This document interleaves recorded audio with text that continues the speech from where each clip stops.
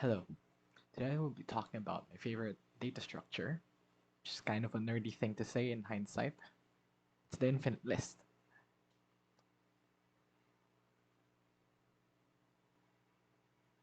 So, about the infinite list. What is it exactly? Well, like I have said, it's a data structure. It's a list that generate their contents as they go. It's it's not as practical as the rest of the data structures like stack, queues, like trees. It has its purposes. And it looks really cool while it's doing it. And that's really what matters at the end of the day. By virtue of its name, it does not terminate, it's infinite. How do you even go about making an infinite list when you can't even reserve infinite memory in the first place? We're going to be limited by our machine. And well, we'll get to that. How is it working? Well, it has its roots from functional programming, wherein it's a byproduct of lazy evaluation. Now, what does this mean? It doesn't generate its contents until you need it. So, that answers our question. How do we reserve infinite memory? And the answer is we don't. We only reserve the memory we need at that moment. And it usually manifests in the form of iterators in imperative languages or singly linked lists in functional programming languages. So enough talking. So here's how you would implement it in something like Haskell. I'm gonna be putting the language on the top left so you can identify the syntax. So first of all, here's how you'd make a range of numbers in Haskell. It it uses the property that numbers are consecutive, and that if you write 1 dot dot 5, it will fill out everything in between, and that would become 1 to 5. It's an array of numbers 1 to 5. And how you would make it infinite is you take away the end bound. When it no longer has an end bound, it becomes, well, infinite. And this is how I first encountered infinite lists. And it's very friendly in Haskell. However, in other languages, the it's not as terse, and the syntax gets a little bit more unforgiving because you're going to be implementing. It's a data structure. You're going to be implementing the data structure. So next up is Python. What the hell is happening here? Well, as you can probably tell by the yield keyword, this is a generator. That means the value of what it will return persists throughout calls, or your instance of the generator. Every time you call on it, it will return a new value and of n plus 1.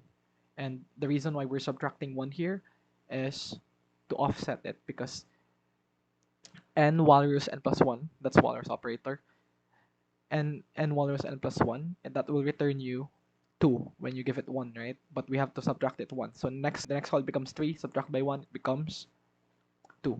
The walrus operator is equivalent to C's assignment, wherein after an assignment, it will return its value assigned. So in this case, n gets reassigned to n plus 1 while also returning n plus 1 to the minus 1. Therefore, it will become just n. It will yield n every call to the generator. And because this is inside of a while true, this is infinite. Next up is Rust. And I haven't written Rust in a while, so my Rust is kind of, pun intended, rusty. And this is how I would go about doing it. And like I've stated earlier, it manifests itself in the form of an iterator. And I wouldn't really consider objects that just hold static values and then increment on it as infinite lists, because at the end of the day, that's just an object. But in Rust, I'm going to make an exception because structs aren't exactly objects. And Rust isn't exactly an object-oriented programming language either. It supports object-oriented patterns, but it isn't OOP. And in this case, iterator is just it's a trait. We're implementing the iterator trait for F. And what you need for the iterator trait is you just need to implement next, or basically what it will return every time you call on it. And as you can see, it returns an option, which means it can either be a something or a none. And when it returns none, that means the iteration is over. But since it's infinite, we're never going to be returning none. And here's how that would lould look like in main. So we would declare an excess using struct f, and we declare it with 1. That means the iterator or the infinite list will start at 1. Here's that combined. Here's all of the code in comparison to each other. As you can see, Haskell's notation is really terse because, well, it's functional, and this is where it's rooted. And Python lends itself to being a bit functional sometimes, a little shorter compared to Rust. Rust also lends itself to being functional. However, it's also a systems language, so it has to be much more descriptive in how it's writing its code, promote safety and whatnot. You might be asking now, well, why? Why and how do we use infinite lists in algorithms? Here we're currently in Haskell. Whenever I bring up new syntax, I'll talk about it for a bit. We make an infinite list. So how does it look like? Excess, then 1 dot dot. How infinite is an infinite list? Right? Because you probably wanted to see this, I'm gonna print out the values of excess, and because I'm printing it out, that means I need the values, and then it'll get evaluated. But since it's infinite, it's gonna just do all of that. I'm gonna have to stop that, and that's how infinite it is. Let's do something useful with it. So first of all, how do we work with infinite lists in the first place? Haskell comes with a few functions that especially deals with lists. And in this example, we'll be using take and drop. So if we have something like 1, 2, 3, 4, and then we take 2, we'll be getting the first 2. But if we drop 2, we'll be getting rid of the first 2. And take especially is very useful in the context of infinite lists. So say we take the first 5 of 5 whatever, and it becomes 5, 6, 7, 8, 9. And that makes sense. How would this be important, right? So first we'll do, here a problem is, if you're given an array, you have to rotate it to the left n times. So example here, if we rotate 1, 2, 3, 4, 5 to the left by 2, we end up with 3, 4, 5, 1, 2. And it's a function in Haskell and also in Python called cycle. So how exactly does cycle work? Well, you give it a list. So say, or we can just write this as 1 to 5. You give it a list, and then it'll turn it circular. So if you say take 6, if you say take 6 here, I'm gonna reload.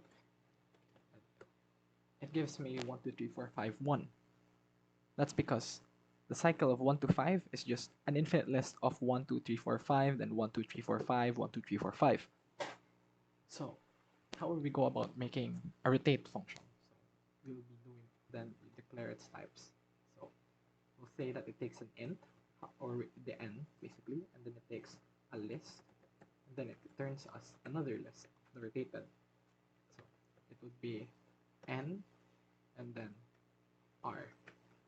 So how we would do this is we cycle r, and then we drop n, then we r.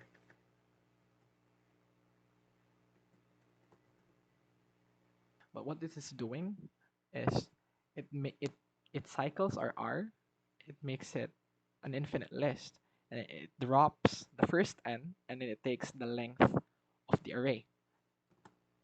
Rotate 2, 1, 2, 3, 4, 5. We get 3, 4, 5, 1, 2. And then if we rotate 4, we get 5, 1, 2, 3, 4.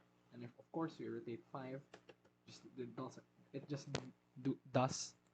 just does an entire rotate, which leads back to the same thing. So that's one of the cool uses of an infinite list. And another one, and probably the more common one, is I'm going to be doing it in Python.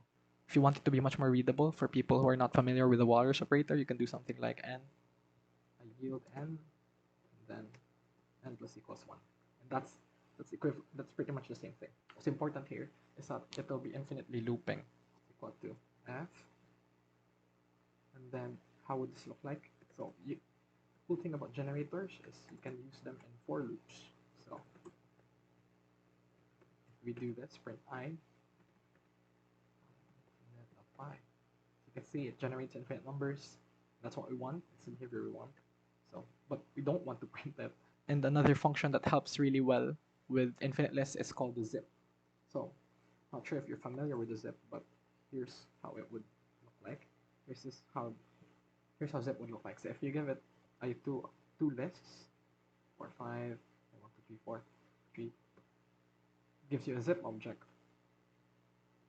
because it's a generator in of itself. So in order to get all of that, we can do something like this.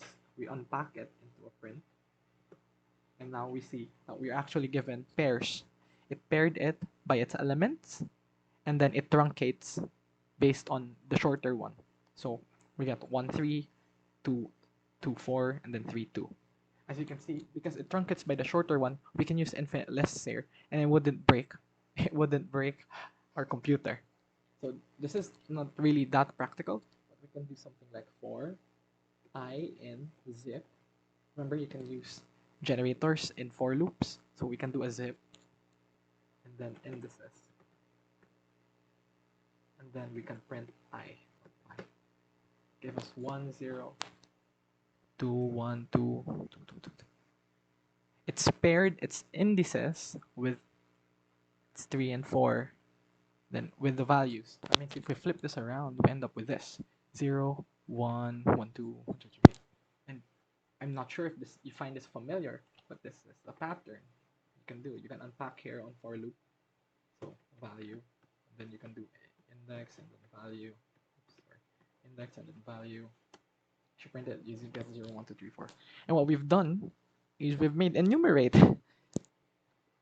Enumerate is a function in Python that gives you that pairs indices with its values in an array that you're given. I hope you guys learned something. Find this stuff really cool. I hope you liked the video because it was like just experimental thing I'm doing. I'm just wanted to talk about tech stuff, so I decided to make a presentation and record it like on the spot. And I don't really have a script, and I'm probably gonna be editing this for a while. But yeah, I hope you like the video. But like you don't have to actually like the video and like physically, but like mentally. You have to. I hope you like the video mentally. You know what I mean? So, thank you.